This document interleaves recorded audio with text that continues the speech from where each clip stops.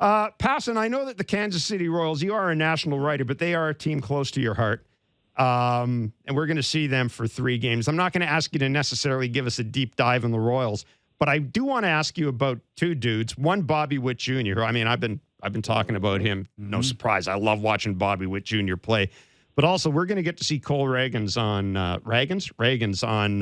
Sunday. And the Jays are like the second worst team in baseball hitting homers off lefties. So tell us a little bit about those 2 dudes and kind of about where you see the Royals right now as a team and as an organization.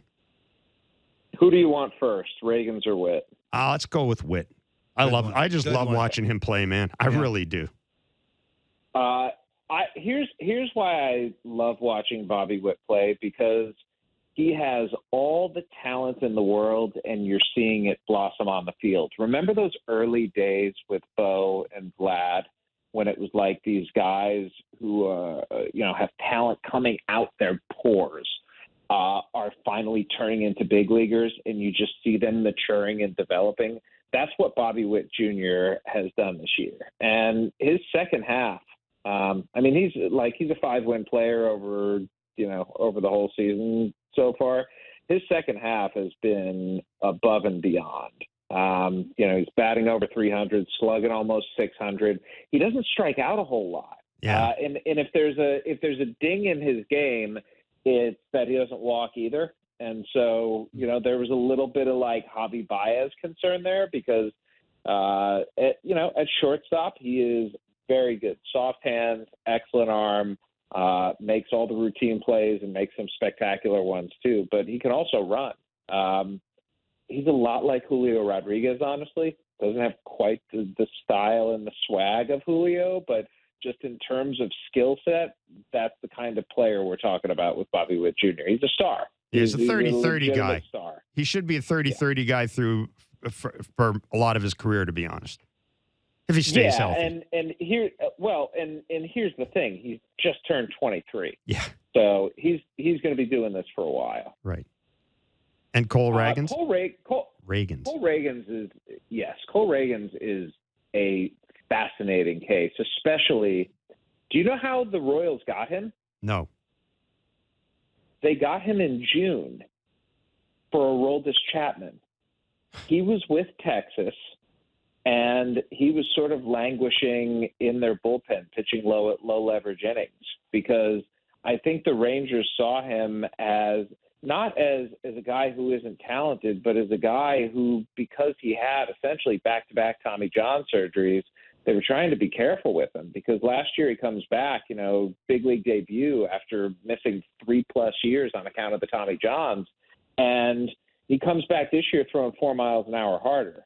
And all of a sudden it's like, okay, well, if the guy's throwing that much harder, we don't want to do anything to his arm necessarily. The Royals are like, we do, throw him in the rotation. And he's been the best pitcher in baseball. It's not an exaggeration. He's got a 151 ERA, I think, in his last since the trade, he's got a 151 ERA. Yeah. I mean, if you just look at him in the second half of the season, it's absurd, the numbers that he's putting up. He's not giving up home runs. He's punching guys out. He doesn't walk anyone. He's a 6'4" left-hander whose fastball can hit 100 and sits 96 to 98. His slider's getting whiffs on 30% of the pitches he throws. His changeup might actually be his best pitch. He throws a cutter and a curveball too. He's got control. He's got command. He looks like one of the 5 best starters in Major League Baseball right now. And there's a split among baseball people, where there's a group that thinks this is going to be one of the best pitchers in baseball for the next 5 years. And there's another group that says, okay, do it against teams that aren't like the White Sox and the A's and all of the dregs of the American League. And I think the Jays are going to be a really, really good test for him. And likewise, I think he's going to be a really, really good test for them, because the stuff he's got now, the way he's pitching, doesn't look like a rookie, doesn't look like a guy who's made less than a dozen starts in the big leagues. Jeff, with all that being said and Witt's that good, do you think Kansas City has a plan to get better? To not waste that? I don't know. And I wish my answer was a snap yes. Yeah. I think the Royals are concerned right now, first and foremost, with getting a new stadium built. Mm-hmm. And to me, this is not a chicken and egg thing. Like, to me, you should have the team in place before the stadium. Convince people in the metropolitan area where I happen to live that this is a team worth helping build a stadium for, because it's not going to be cheap, and because I think Kauffman Stadium is not only a viable Major League stadium right now, I think it's a beautiful stadium still. And I understand the desire for a downtown stadium or a stadium near downtown or something you can build around, because the stadium right now, I don't know if you guys have spent much time at Kauffman Stadium, but the surrounding areas are not what one would likely consider viable for that sort of area like Atlanta has. Mm-hmm. That being said, there have been some questionable decisions by the baseball operations people in Kansas City, and there have been some failures. And beyond Witt and Reagan's, there are questions about how many of the people on this roster are going to be long-term contributors. Brady Singer, yeah, probably so. But beyond him in the rotation, there's not a ton of guys that you're looking at that you can rely on. And in the everyday lineup, I think Michael Garcia is a rookie who's playing third base. He's pretty good. I think he's going to be part of the team. Nick Lofton's a rookie who's come up and hit a little bit. Vinny Pasquantino, who's out for the year, can really, really hit. MJ Melendez, Salvador Perez. Like, there are a few guys, but in terms of competing for a playoff spot, they're a long ways away from that. They need to go spend some money in free agency. If the Rangers don't make the playoffs, where does that rank in disappointing seasons? It's a really good question, because let's not forget, nobody really expected the Rangers to be great this year, right? Mm-hmm. So when they get out to this start over the first 120 games where they're playing 666 ball, it's like, they're a year ahead of schedule. So it's almost like if the Rangers had started off the way they're finishing and then come on at the end, the expectations wouldn't be there, and they would look like they're actually doing really well, as opposed to this enormous disappointment, which is why I love the regular season of baseball so much, guys, because everything just depends on timing. The narrative just follows that timing. And in the case of the Rangers, they're looking like a bunch of choke artists right now. It's very simple to say. And it's why, somebody earlier this week said to me, what the biggest biggest series of the regular season is, right? I was like, what? It's like Rangers Jays. And I thought about it, and I think it might be a little bit early, right? Let's say one team sweeps the other in this series. There's still time to recover from that.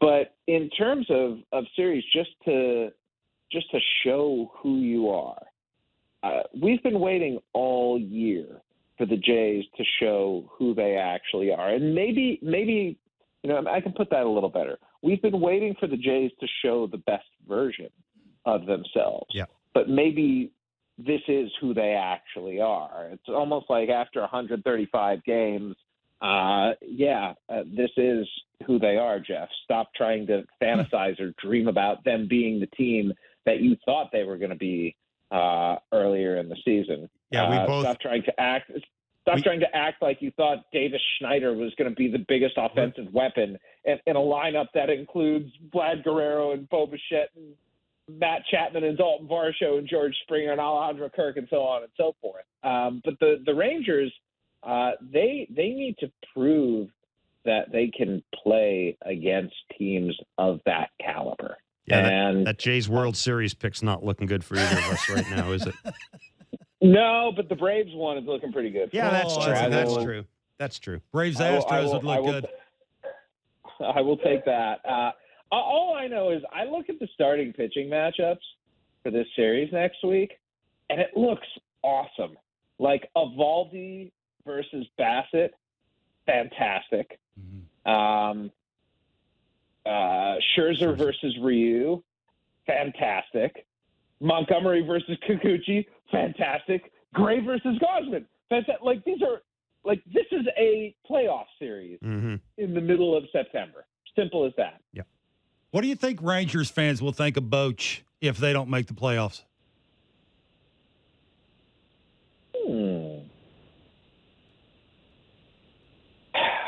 I have trouble looking at Bruce Bochy and blaming him for this. I understand that it's on the manager to stem the tide, right? It's on the manager to be the tourniquet in that clubhouse.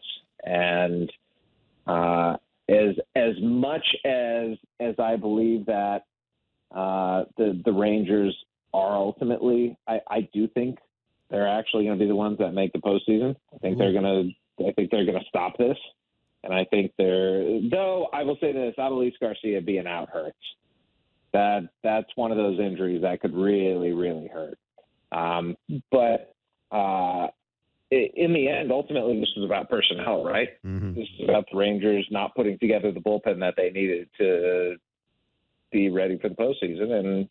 And frankly, like, they were in heavy on Jordan Hicks and did not get him. And I'm not suggesting that Jordan Hicks would have been the stabilizing piece that they needed, but I'll tell you, the Rangers bullpen with Jordan Hicks and the Blue Jays bullpen minus Jordan Hicks, it's the sort of thing that can change the tide of a series. Mr. Passan, we're going to let you scoop, my friend. Thanks so much for Great doing stuff. Thanks, buddy. Boys, pleasure is mine, and look forward to talking next week after the series is over. Awesome. this. Can't wait. Absolutely. Take care, man. See ya.